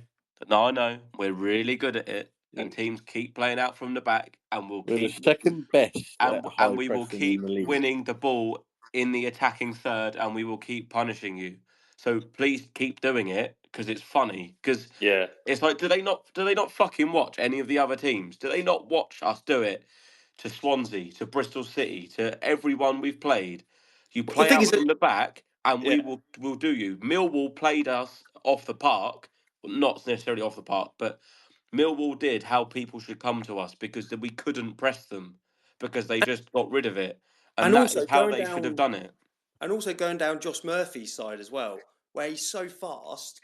And again, I thought, maybe Steve Cook's had a mare there. But really, he's played it. But as he's playing it, Murphy's already gone. And he's so fast anyway. He's already on his way. Josh Murphy's so deadly because he can cross high, low, first time. He can beat him. That he can cut in on his right. He's there. There's so much varied to his game. I genuinely believe he's the best winger we've had for years. Mate, he's the best striker of the ball at the club. How he hits it so sweet. He hits it hard, and he can keep it down all the time. He's a very, very. He reminds me of Son. In that instance where he's got this kind of similar playing ability of the fact he can cut in. He's very good 1-on-1 with his defender, and he will go quite easily past them a lot of the time. He's got the pace to go round. He can cut in and score some wonderful goals like he did, but he can easily go to the byline and fizz it in with his weak foot really hard, as he did with the second goal. Obviously, he won it and he got it down to the byline, pulled it across, and I did think Matt Ritchie skied it to start off with, but I was very grateful that went in. It was great finish. I mean, again, it's when the ball's coming across the 6-yard box like that. I know it's easy, like people say, "Oh, it's fine, it's a tap-in," but the amount of pace that Josh Murphy puts on it, you have got even a professional footballer, you've got to be switched on to be able to keep it underneath the crossbar. So yeah, it's a great finish. Just need Richie to score in the Fratton end now, though, don't we? Oh yeah, because it don't count otherwise. No. So we drew 1-1 really. But we just get 2 extra bonus points just for why not. Exactly. We'll quickly go to. I can't remember what was first. Was their goal first or our third goal disallowed first? Our third goal was just Third goal disallowed was first, That wasn't it? we kind of discussed it with Andy. That was bullshit, wasn't it? Yeah, That 100%. was just stupid. He barely touched him. The keeper's fallen over. He's fumbled it. Well, he didn't And if fall you over, watch it, I just think. before the centre back pushes Bishop. Yeah. So Yeah. what's the difference? There's nothing wrong with it. That's ruled out. And then kind of QPR again. I don't think that was a foul. I thought it was a foul in real time. Yeah. But I thought think it that's was just foul. trying to protect our lead. But looking back at it, Ogilvy got caught underneath the ball, and he has to do a lot better there. It kind of was like what Swanson tried to do the other week. I felt like he thought he could probably win a free kick here, which I always think is a risky game for defenders to do. Yeah. It's all right in midfield. Midfielders think they can win you a free kick, but he should have done better, really. Yeah, he should. But Great finish. It was a great finish. Yeah, Bearing in mind Jimmy Dunn's naturally a centre half, and he's been playing right back a lot this year. That was a great finish to loop it up over Schmid. I think he scored like 4 or 5 goals this season. I think that Jimmy Dunne has. Yeah, he's pretty decent to be fair. He's kind of like a Ogilvy, but right back. Yeah, almost. Not as good. No, of course not. Not as good looking either. Yeah, we love you with your ginger beard. Nice. He hasn't got as nice hair either. No. But after that, it kind of felt they had all huff and puff, but they didn't really know how to blow the house down, did they? No. So they had a bit more of the ball, but they never really worried us. No, I was absolutely comfortable watching them try and attack us whilst we had a fit Matthews. And Paul, which I agree with Vecino. I thought he was outstanding when he come on. Oh, he was. Especially as Andy said, he wasn't expecting to come on. No. And the fact he came on and, he hasn't played again in a few weeks and stuff, and he would have naturally been tiring towards the end, but he didn't show it. He just gets his head down and gets on with it. But that was the thing, when Paul came in last time, he hit the ground running, didn't he? He looked like he hadn't. And I think he's that kind of player where he probably doesn't need a couple of games or a game to get involved. He can just come on and... He just started to show his best again. Yeah. Remember against Millwall, he was absolutely outstanding. Yeah. Was it Millwall? No, Norwich, sorry. Norwich, yeah. He was absolutely outstanding. And I was like, fuck me, we got Paul back. I can't remember we played the week before or the Saturday before, and he was outstanding again. And he thought, here we go. And then didn't come back out second half. And there's no worry of his ability. It's just his fitness. But when Matthews made a great tackle and hurt himself, then it became our shit.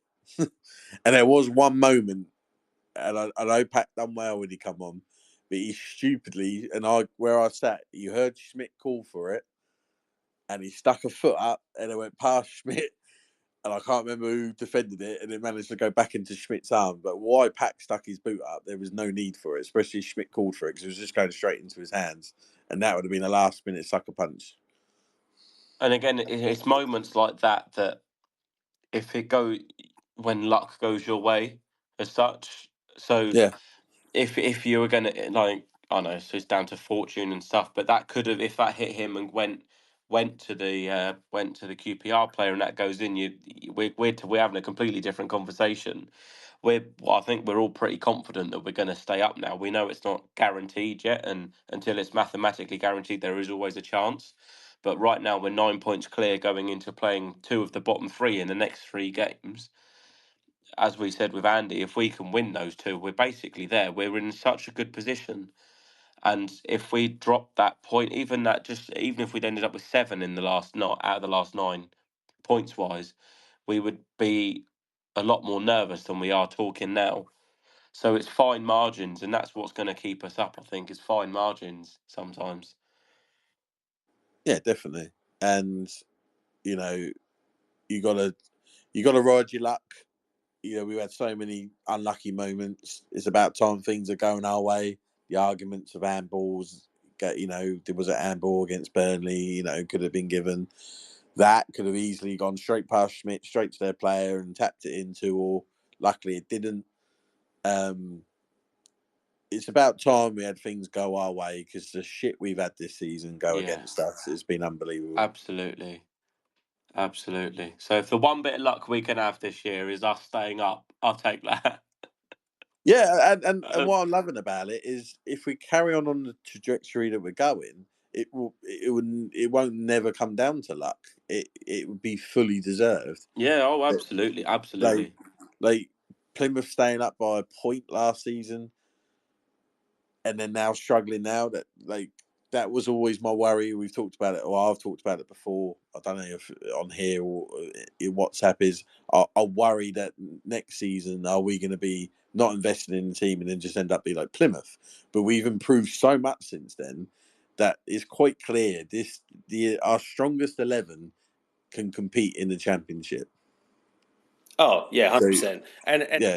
anyone at home, like, don't get me wrong, Leeds are their squad, their first 11 is unbelievable. But I like, no matter how the game goes on Saturday, like when we play Leeds the following week, I'm okay with it. Like, do you mean? I still fancy us doing something. It's a total free hit. Yeah, I think we're good for a point.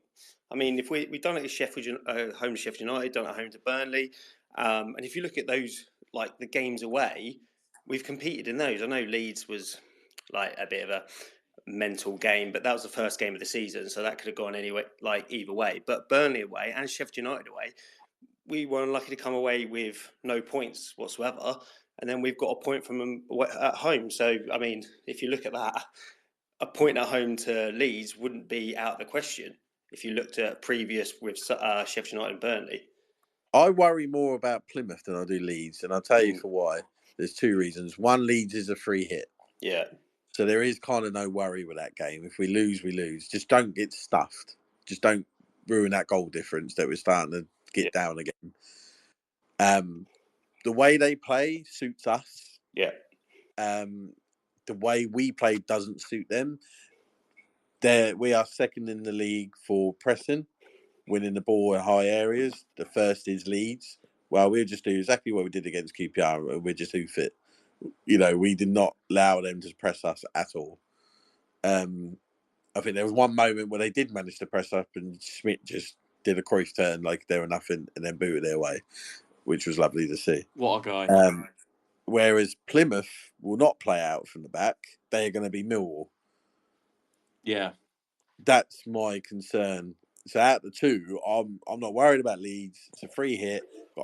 Just got a feeling we're going to get something, even if it's just a draw. Yeah. We got quite a good record against the better teams at home in the league.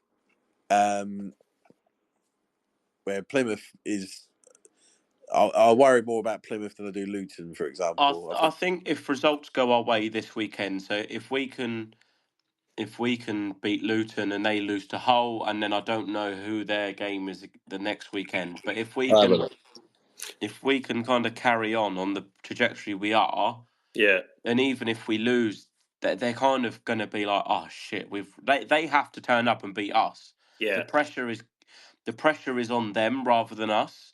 And that's the thing, we've put ourselves. I said to my mate before the game against QPR that we're now getting ourselves in a position where, don't get me wrong, I want to beat Plymouth at home, I want to beat Derby at home, but it's not on us to go. We don't have to go and win those games. They have to come to us and beat us. It's about keeping them at it's like when you're keeping a dwarf at arm's length so he can't kick you. You're like sort of just keeping them there so they're like he can't get near you. And yeah, that's what we can do now, and that's why I think if we get a point at Leeds, a point at Luton as well, I mean, I'd be okay with that. Like, it's about now, just keep picking up points.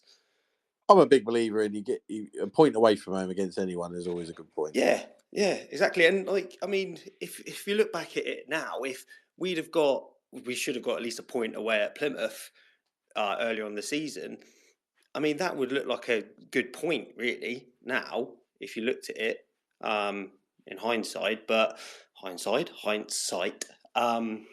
yeah, I think we've put ourselves in a good position where the pressure's not on us, and that's why I think we can go to Luton and frustrate and then we've got what we've got in our attacking front line with just Murphy. Do you know what I mean? He can cause so much trouble. And if they play a 3-5-2, is that what they play? Because if they do, that's perfect for Murphy. They used to play a 3-5-2, didn't they? I don't know if they still do. I don't know what they do under. But if they did, that leaves so much space for Murphy. Plymouth forgot Sheffield Wednesday at home when we got the weekend of Leeds. That's still not an easy game for them. No, definitely not. But with, you are right. Both of you are right. Plymouth actually got to come and do something to us. Yeah. If they sit back and get a point, that does us a favour more than it does them. Yeah, and I think if Plymouth do set up like a Millwall, I would like to think that we've learned from that Millwall. I think I said last week we've learned from Millwall, and then we can adapt. I was going to bring that up. I think the Millwall game made us realise how, because you look back at it, the last 3 games, they haven't been the prettiest of performances. We just made it hard. Like, we made it so hard for Cardiff. We made it so hard for QPR. Oxford couldn't get nothing. I mean, we said that's how we need to play. Like, I don't care about being like boring, long ball, dark arts, as the Stoke manager called it.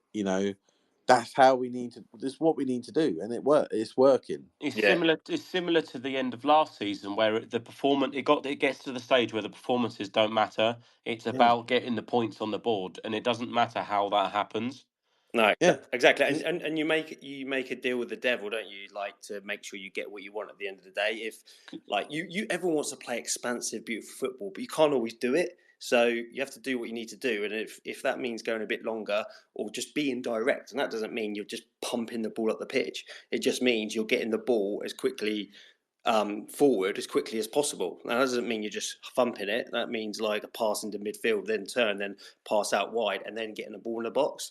It doesn't have to be 25, 60 passes before you even have a shot on goal. I just think we are at the moment what I'd call anti-woke football, and I'm loving it, because it kills me watching these teams play out from the back. They're not even just us.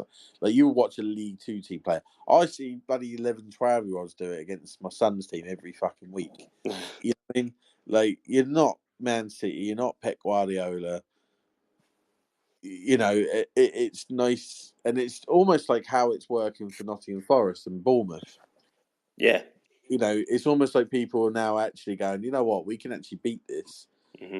And that's it. You can't go toe to toe. Like, it's like when you have like fans of like the big six in inverted commas, like moaning that some teams go there and park the buses. Like, why should they be expansive against you? You've got better players. If they're going to be expansive, they're probably going to lose. So for that, like, why would they do that? It's not like we're there to like please the big team. So you just play the way against them that they want you to play. You played the way to make it difficult. I mean, don't forget when we were in League 2 and stuff like that, the amount of teams that just came to Fratton Park and parked the bus, and fair play to them. Like, that was always the frustrating thing under Cook, because and this is why Mousinho, I really rate Mousinho so highly, is Cook we're knocking around the back, trying to play a bit like Pep, and that's the only way we're going to play. And all teams had to do was sit in our box, and it made it hard. And if you didn't score early, it got harder, and it suited the other team. They hit us on the counter, scored. Yeah, that's and that was how we played, no matter what. Kenny Jackett, direct, boring football every week, no matter what. With Mousinho, we play different ways all the time, and that's quite a unique thing for a manager. I find that most managers have a set way, and that's their way. I don't think he has a way. I think he just plays how the team needs to at the time. And someone that relates to that a lot is Thomas Frank at Brentford. Yeah. They kind of change the way and adapt the way they're playing almost, and tailor it to almost every opponent, and that's what we're having to do. And it's a really effective way of. The basics are there the same. The basics of the way we play are almost the same, but there are certain adaptations he makes for each game that he might do. So like the high press, especially at home, the high press is, we do it a lot more at home than we do away. That's one. And then away from home recently, we've been going a lot longer. So it's just tweaking things. The basics of the way we play is the same, but it's just slight adaptations, and that's what helps you get over the line. Yeah, spot on. Like a little core set of principles that they're like non-negotiables and stuff like that. And then, as you said, tweak it for certain teams, because there's no point in playing the same way for everyone, because Leeds play a much different brand of football than Luton, Derby, and Plymouth do. So it's that saying it: adapt or die. But that's when what you call the great managers are wider at the top of the game. Sir Alex Ferguson changed his style of football more times than anyone else to fit the game. Yeah. I mean, the same with, and look at Ancelotti around Madrid. Do they have a way of playing? No. It depends who they're playing. They play that way, that game, take it, and that's how it used to be. When I just find now, this day and age, teams will just stick to their ways. Like, who is it that was shit down here playing out from the back? It might be, was it Preston? No, it wasn't Preston. I'm trying to think who it was. Swansea, Bristol City. Swansea. And then you had another game where they were trying to clear the ball out, but instead of just doofing it, they were trying to pass it out, and then ended up giving away another sloppy goal. And even though they've just done it the week before against us and did it earlier in the game, and you just think, all right, I know your manager wants you to play a certain way, but surely one of you got common sense to just oof it sometimes. Like, you're a perfect example, Harry. With, well, not you, but you support your other team is Spurs. I bet there's times where you wish, all right, and football was exciting, but I bet there's some games where you thought, you know what, actually, I wish we just like sat back a little bit here. Yeah, but I think that's down to the individual player rather than necessarily the manager. There's moments of it, right? So if you've, for example, when Kinski played, when he was in goal, Spurs got caught with it, and he played a really bad ball straight into Bentancur, and it wasn't really to Bentancur, into the midfield, and we lost it, and they almost, it went, he managed to save, and it went out for a corner. But then the next goal kick, they did it again. And it's just, even if you change it for the next one, just show the opposition you have got variance. And I think that's the key. It's not necessarily changing the way you do it. It's just, like, even now we do it at Pompey. Like, occasionally we'll go long. Some of the times we'll go, like our first goal at the weekend, ended up going short in the first instance. Matthews to Swanson, back to Schmid, and then we went long. So we kind of drew them in and then went long, and then we had a lot more space.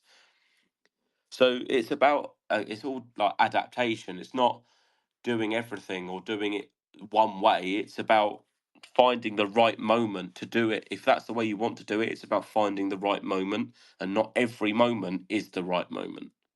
But you go back, and I'm would be classed a nostalgia merchant or whatever it is they call people like me. Old? Yeah. But you never had, that manager plays this style or this manager plays that style. It started to come in with Mourinho, part the bus, and I'm a big believer in he's a fantastic manager, but the reason why he didn't stay at the top as long as other managers is because he was another one that couldn't adapt. All the best managers adapt, in my opinion. Ferguson, Ancelotti, all of them. Ferguson didn't have a style. Ancelotti doesn't have a style. They fit with what the team is. And they fit game by game. Alan Ball didn't have a style. Jim Smith didn't really have, Jim Smith changed. Would you agree, Daz? The year we should have gone up, arguably, to the Premier League first time. Beginning of the season, we were like a hard-hitting, sitting back, rubbish, maybe not rubbish team, but, not a very exciting team to watch. And all of a sudden, changed the way we play, got Walsh more involved, and then became this more exciting team to watch.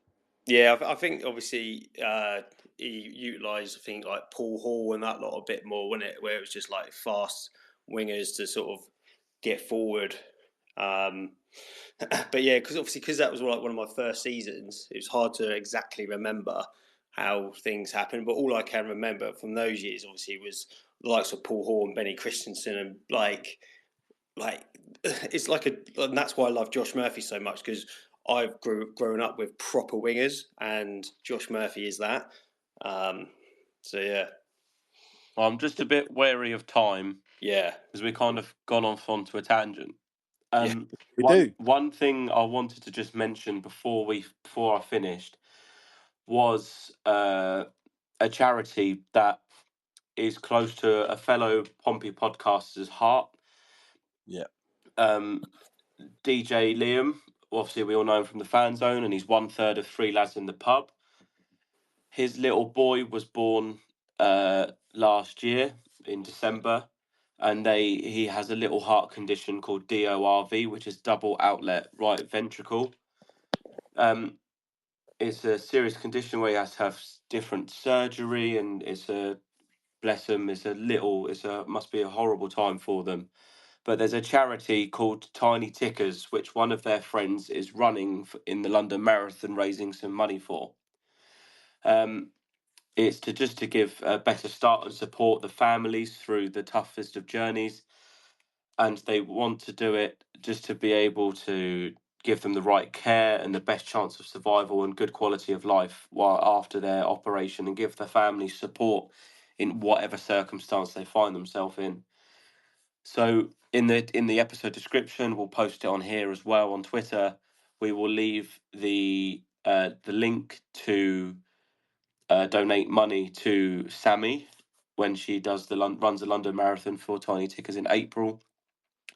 And if you do have a chance to donate, that would be muchly appreciated by us guys. You know, we're friends with Liam, and he will be very grateful, and everyone else in the charity will be as well. So we will leave that in the episode description when we upload it for you. Right, lads. Thank you for tonight. It's been almost a 2-hour special with our special guest. It was I got one thing to kind of announce live. Okay, go on. Our guest in 2 weeks' time, as I think he's seen us live, has pretty much definitely 100% confirmed. So, are you happy me to announce who it is now, or are we going to leave it? You can do what you like. Your guest. All right. Yeah, go for it, mate. Okay, so in 2 weeks' time, we have, if you listen on Spotify and elsewhere, he introduces the show each week. Mr. David Norris will be our special guest, coming on to talk about his time at Pompey, but it will be completely separate. It won't be like we've done with Andrew tonight of, combining what we always do. We'll have a separate episode during the week as well, and then we will have Norris for a full hour where we can just pick his brains about his time at Pompey. There we go. Lovely. Can't wait. Love it. It's almost like another Sir David Norris day. Lovely. Should have got him on that day, shouldn't we? We should have timed it right. Yeah, even if it's a Sunday when he's having his roast dinner. Yeah. Right, lads, thank you very much. Again, thank you to Andy for joining us and assisting us in all of our 105 questions that we probably asked him in that short time. Daz, have a good week, and we'll see you again next week. Cheers. And Russ, we will see you again, and hopefully you turn from Mr. Negative into a bit of Mr. Positive. I'm Mr. Realist. But I'm not here next week, don't forget. Oh, yes, you're not. Oh, that means we get a week without any negativity, Daz. That's good, isn't it? I don't know. I might join in because I've got an all-inclusive drink package, so I might be pissed. Oh, God. That might mean he's positive. So you might have to accept me and excuse like the slurring and telling us how much he loves us. If I have time, I will definitely jump on at some point. All right, we will keep an eye. Thank you very much to everyone listening live and who has listened live, and thank you to everyone who is listening on all of the podcast platforms. Have a lovely week, and we'll see you next Thursday. Up the Blues.